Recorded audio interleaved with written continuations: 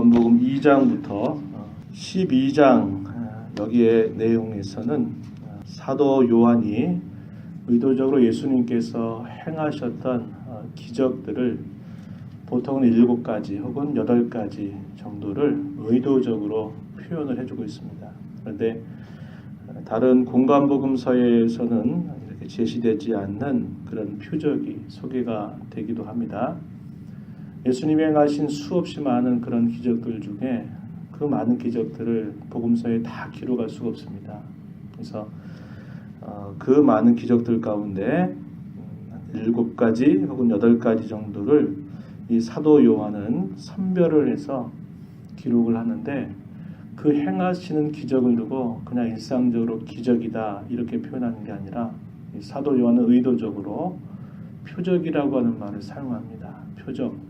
이 말은 그 예수님이 행하시는 기적 그 자체가 목적이 아니라 그 기적을 통해서 그 기적을 행하시는 주님 자신이 누구이신가, 어떤 분이신가를 마치 표지판을 가리키듯이 이렇게 제시하는 기적이다. 그래서 그걸 두고 표적이란 말을 쓰고 있습니다.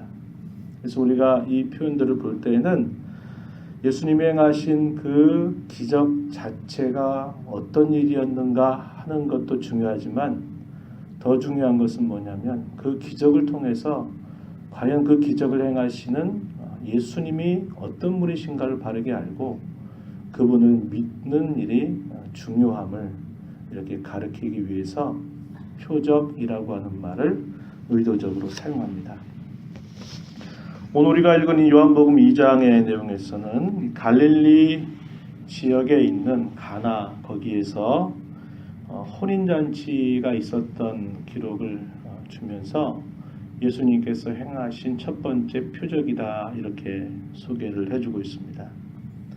그리고 그 다음에 우리에게 주어지는 내용은 성전을 정결하게 하시는 사건, 6월절을 맞이해서 많은 순례인들이 이제 이스라엘 백성들이 지켜야 될 그런 명절을 지키기 위해 예루살렘 성전으로 올라 있을 때 예수님께서 이 성전을 청결하게 하셨던 그 사건에 대한 기록이 나타나고 있습니다.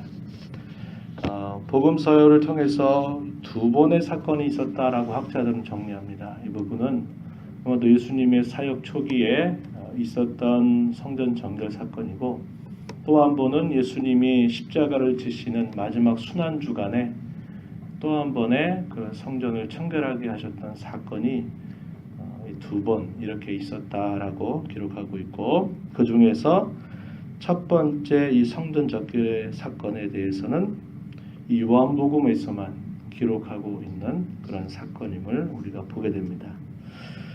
먼저 가나에 있었던 혼인잔치의 그 기적을 소개해주고 있는데, 자, 예수님과 또 예수님의 어머니였던 마리아, 또 예수님의 제자들, 물론 12제자들 전부가 아니었을 것입니다. 아마 1장의 내용들을 통해서 쭉 보면 5명 정도의 제자를 부르신 내용이 기록이 되죠.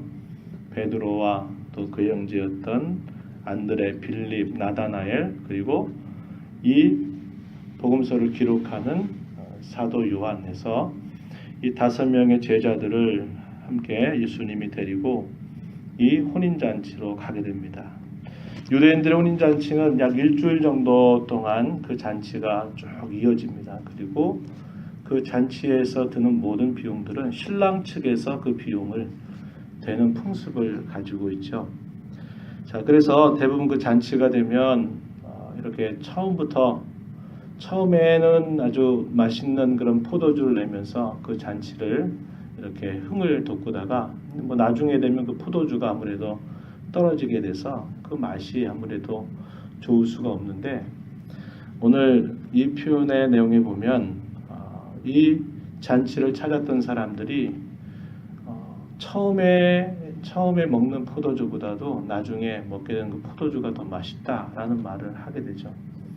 그 사건의 이면 속에서는 어떤 것이 있었냐면 예수님께서 행하신 기적이 거기에 있었음을 말해주는 겁니다.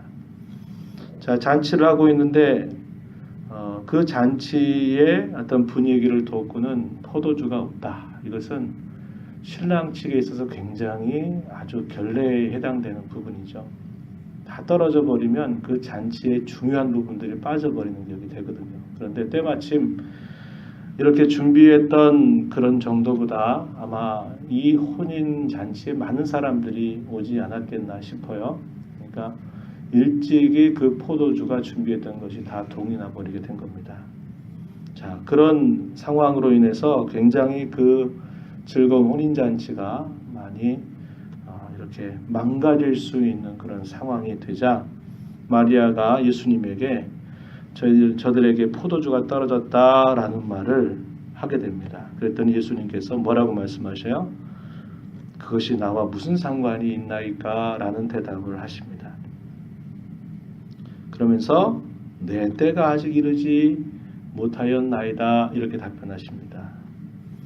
예수님께서 말씀하시는 이 내 때라는 이 말은 항상 주님이 이 땅에 오셨던 궁극적인 목적, 그분이 십자가를 지시는 사건, 그리고 지시고 나서 그분이 다시 부활하시고 하시는 그 죽으심과 부활을 뜻할 때 나의 때다라는 말을 늘 사용하시는 겁니다.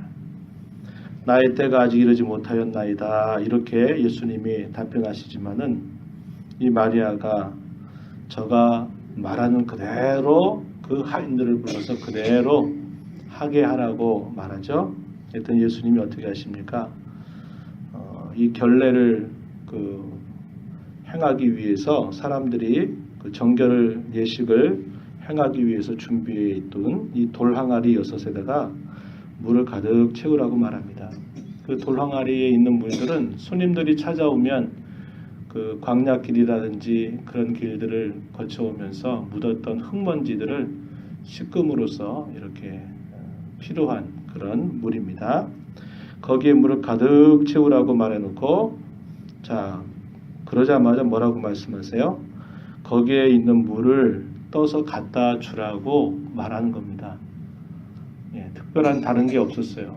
물을 포도주로 바꿔라 이런 말이 없어요. 그런데 물을 6 항아리에 가득 채우고 나서는 거기 있는 물을 떠다가 연회장에게 연회하는데 갖다 주라고 말하니까 갖다 주었던 그게 뭐가 됐어요? 아주 맛있는 포도주로 바뀌어 있는 것을 보는 겁니다. 제자들은 알았겠죠? 예수님을 이제 따르기 시작해서 그와 함께 동행을 했는데 큰 어려움에 봉착해 있는 현실을 알았고 그런데 물을 가지고 분명히 채우라고 하는 말도 옆에서 봤고 근데 그 물을 떠서 내가니까 아주 맛있는 포도주로 바뀐 것을 보면서 제자들이 깜짝 놀랐을 것입니다. 또 누가 이것을 보냐면 또 하인들이 이 상황을 보게 되죠.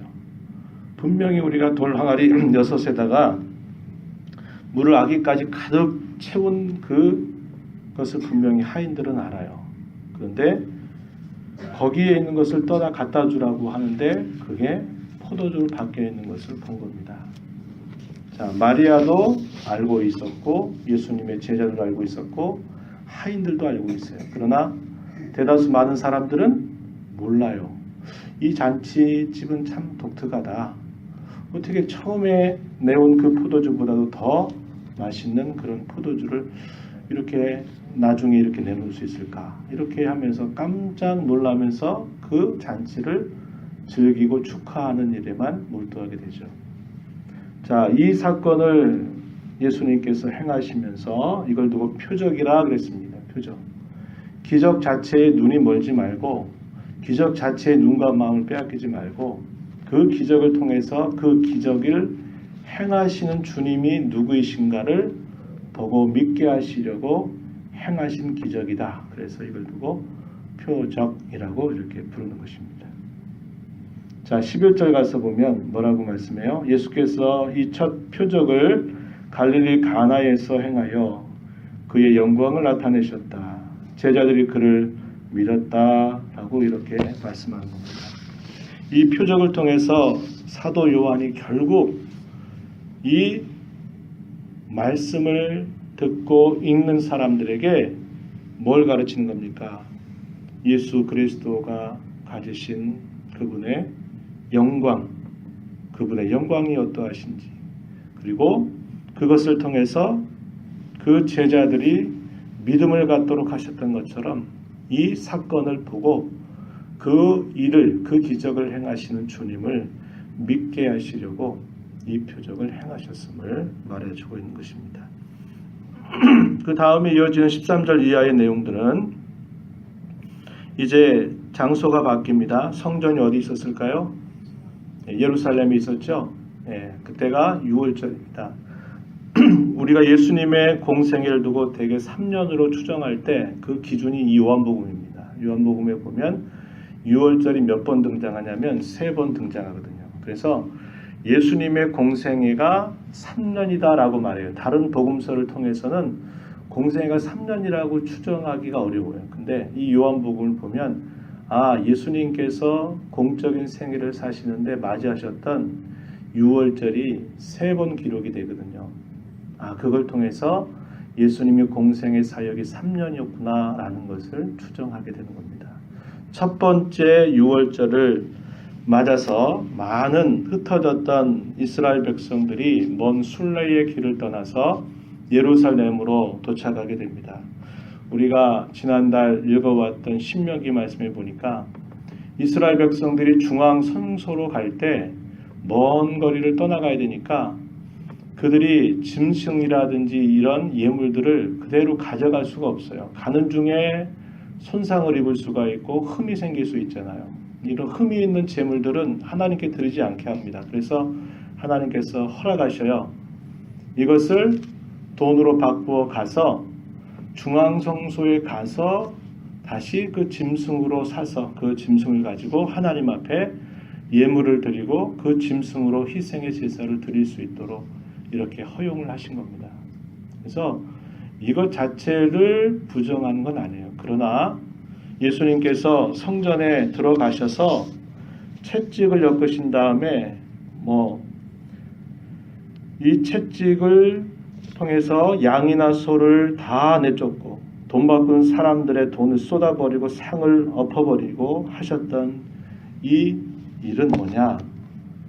그 돈을 환전하는 것 자체, 그걸 문제 삼는 게 아니고 그 모습 속에 마땅히 있어야 될 그런 하나님을 향한 그들의 신앙과 경배와 그들의 태도와 마음가짐이 다 사라져버리고 사람들이 그곳을 강도의 구열처럼 로마 제국의 돈을 바치고 또 그 돈을 자신들의 유익을 얻기 위해서 거기에다가 이 높은 이자를 부과하고 함으로써 그 성전을 통해서 그저 자신들이 배를 위해서 먹고 사는 일들에 집중돼 있고 그 제사를 드려오는 사람들마저도 그 성전에 찾아오는 그런 근본적인 중심과 마음이 떠나버려 있는 그러한 실상을 보신 예수님이 노끈으로 채찍을 엮어서 그들을 이렇게 아주 심하게 책망하시는 일을 예수님께서 하시는 겁니다.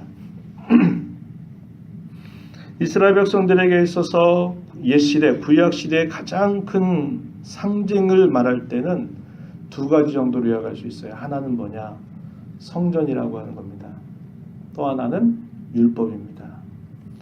훗날에 이 스데반이 설교를 하면서 스데반을 고소한 유대 종교 지도자들이 뭐라고 말합니까? 이 사람이 성전과 율법을 거슬러서 이렇게 말한다 하면서 사내들인 공회에 이들을 소집하게 되거든요. 그랬더니 스데반이 설교합니다. 설교하는 내용이 사도행전 7장에 표현되는데 정말 자신이 그 성전과 율법을 거스리느냐? 그게 아니라는 거예요. 성전과 율법을 거스리는 사람들이 바로 종교 지도자들이고 유대 백성들임을 오히려 지적하고 책망하는, 그리고 돌이킬 것을 이야기하는 설교하다가 어떻게 됩니까? 돌맞아 순교하게 되는 그런 사건이 기록돼요. 그래서 이스라엘 사람들에게 가장 중요한 옛시대의 상징은 성전이에요. 성전이고 율법입니다. 그런데 이 성전은 하는 일이 뭘까요? 하나님이 그 백성과 만나신다, 임재하신다라는 것을 뜻해주는 부분이었고, 거룩한 제사를 위해서 하나님이 구별하신 장소, 나의 이름을 그곳에 두려고 택하신 곳이다. 신명기에 보면 계속 표현됐죠. 또 이곳이 어떤 곳입니까? 백성들의 기도를 하나님이 들으시고 하나님께서 그 백성들을 만나고 응답하시는 곳으로 허락해 주신 곳, 이게 바로 성전이었다 이 말입니다. 그런데 이 성전의 본래의 목적은 사라져 버리고 이 성전을 빌미 삼아서 자신들의 배를 채우고 살아가고 또 그 성전에 나와도 그 성전의 진정한 중심을 다 빼앗겨 버린 채 형식에 굳어져 있는 옛 이스라엘 백성들을 향해서 주님이 책망하시는 아주 상징적인 사건이 되도록 하신 겁니다. 이것은 결국 끊임없는 불신앙과 불순종으로 인해서 하나님과의 관계가 깨어져 버려 있고 그 겉모습만 남아 있는, 어떻게 보면 옛 시대 옛 백성들의 그러한 허물, 그런 부분들을 예수님께서 호되게 책망하시는 그런 사건이 되는 겁니다. 자, 그러면서 이런 일을 행하자 아마도 이 성전관 가게 된 사람들이 당시 네가 무슨 권위나 네가 무슨 자리에 있어서 이런 일들을 이렇게 무례하게 행하냐고 예수님을 향해서 묻는 겁니다. 그랬더니 그러면서 이런 일을 행할 수 있는 표적을 좀 보여봐라 이렇게 말하니까 예수님 말씀하시죠. 이 성전을 헐어버려라. 내가 3일 동안에 이 성전을 내가 일으키겠다라고 이렇게 말씀하셔요. 그랬더니 이 사람들이 뭐라고 말합니까? 이 성전이 46년 동안이나 이렇게 건설돼서 아직도 완공 중에 있고 그 성전이 얼마나 화려하고 웅장했는지 제자들은 그 성전을 두고 와, 저렇게 멋지고 훌륭한 성전이라고 늘 생각했던 겁니다. 그리고 이 성전은 46년이 됐지만 완공이 안 됐어요. 안 됐고 심지어는 나중에 AD 70년이 되면 로마 장군 디도에 의해서 이 성전이 완전히 무너져 버리거든요. 그때까지도 그 성전이 완공되지 않을 만큼 계속 공사 중이었던 그런 성전입니다. 소위 헤롯 성전이라 이렇게 부르는 곳이죠. 46년 동안에도 이것이 완공이 안 되는데 네가 무슨 재주로 3일 동안 성전을 네가 일으킨다고 말하냐? 이 말이 이해가 될 수 없었죠. 제자들도 의아했을 것입니다. 이게 뭐라 그랬어요? 나중에 보니까 바로 이 성전이 주님 자신의 몸을 가리켜서 이렇게 말씀하신 것이다. 이렇게 표현하죠. 주님 자신은 구약 시대에 보여줬던 그런 성전의 이 모든 것들이 궁극적으로 보여주었던 그 실체 자신이에요. 주님 자신이 진정한 성전 자체임을 이걸 통해서 보여줬고, 진정한 성전을 내가 3일 만에 일으킨다는 게 뭐예요? 예수 그리스도께서 죽으시고 부활하심으로 말미암아 이루실 참 성전에 대한 이야기입니다. 새로운 성전, 구약의 눈에 보이는 성전이 아닌 새로운 성전을 세우시겠다고 하셨던 그 말씀이에요. 근데 이 사실을 언제 깨닫냐면 훗날의 제자들이 보고 깨닫는다라고 이렇게 표현하고 있는 것입니다. 저와 여러분 오늘 이 말씀을 보면서요, 항상 어떤 일들, 어떤 기적이나 어떤 사건이 일어나면 우리는 대개 거기에 마음을 빼앗기게 돼요. 내가 어떤 어려운 일을 겪었지, 어떤 일을 경험했지, 내가 뭘 하고 있지 할 때 항상 우리는 그것에 마음을 빼앗긴단 말이죠. 그러나 항상 우리의 눈과 시선은 거기에 머물면 안 되고 그 배후에서 하나님이 어떻게 일하시고 있고 하나님이 무엇을 위해서 하시는가를 바라볼 수 있어야 된다는 겁니다. 이게 신앙의 시선입니다. 믿음의 시선이에요. 사건 그 배후에 있는 하나님의 그 뜻이 무엇인가를 찾아가도록 하는 것, 이게 표적이라고 하는 말의 뜻이다 이 말이죠. 우리가 이 땅을 겪으면서 얼마나 많은 일들을 겪습니까? 인생 살면서 굉장히 많은 일을 늘 겪어요. 그럴 때 그 겪는 일 그 자체에 우리의 상황에 너무 눈멀어 살아가면 우리의 신앙을 제대로 갖기 어려워요. 그 사건의 배후에 하나님이 어떤 뜻을 가지고 어떤 일들을 행하실 것인가를 바라보고 기대하는 그런 자세를 가지고 우리의 신앙의 걸음을 걸어갈 때 이것이 진정한 신앙인의 모습이어야 된다라고 하는 것입니다. 그래서 우리는 항상 모든 상황 속에서 결국 누구에게 집중해야 될까요? 우리 주님께 집중해야 되고 하나님께 집중하는 것입니다. 그래야 우리가 옆으로 배회하고 방황하고 곁길로 치우치지 않고 바른 신앙의 정로를 걸어갈 수 있게 되는 것이에요. 그리고 예수님이 친히 죽으시고 부활하신 일을 통해서 이제 눈에 보이는 성전은 없어요. 이제 보이지 않는 성전이 세워집니다. 그게 뭡니까? 우리의 마음을 성전 삼고 거하신다 그래요. 저와 여러분의 마음이 어떤가를 돌아보시기 바랍니다. 주님이 노끈으로 채찍 만들어서 왜 성전이 왜 이렇게 타락하고 부패하고 있어야 될 것이 없고 없어야 될 것만 가득한 곳이 되어버렸느냐 하면서 채찍을 가지고 다 상을 얻고 하셨던 것처럼 우리의 마음을 성전 삼고 거하시는 주님이 우리의 마음을 들여다보면서 성도답게 있어야 될 것들이 있고 없어져야 될 것들이 없어져야 되는데 있어야 할 것은 없고 없어야 될 것만 가득하다면 우리는 우리의 마음을 다시 한번 주님 앞에 돌이키고 성도단 합당한 마음을 가지고 살아가야 될 것입니다. 이러한 하나님의 은혜가 우리 모두에게 함께하기를 축복합니다. 함께 기도합니다. 하나님 아버지 감사합니다. 이 새벽 시간에도 저희들을 인도해 주셔서 함께 찬송하고 주의 말씀에 귀를 기울여 또 오늘도 주신 이 말씀 가슴에 붙잡고 또 이 하루를 살게 하신 주의 은혜를 감사합니다. 우리가 이 땅에 살면서 많은 일과 사건들을 겪는 일들 속에 우리의 눈과 마음이 그 상황에 눈멀지 않도록 인도하시고 그 모든 일들을 손에 주장하시고 지고 계신 우리 주님, 우리 하나님께 우리의 시선을 언제나 집중하며 살아가는 저희 모두가 되게 하여 주시옵소서. 뿐만 아니라 예수 그리스도를 통하여 우리의 마음을 성전 삼고 거하시는 그러한 주님 앞에서 우리에게 마땅히 있어야 될 것, 없어져야 될 것들 잘 점검해서 주님이 거하실 만한 아름다운 처소로 지어져 가는 우리의 모습이 되도록 인도하여 주옵소서.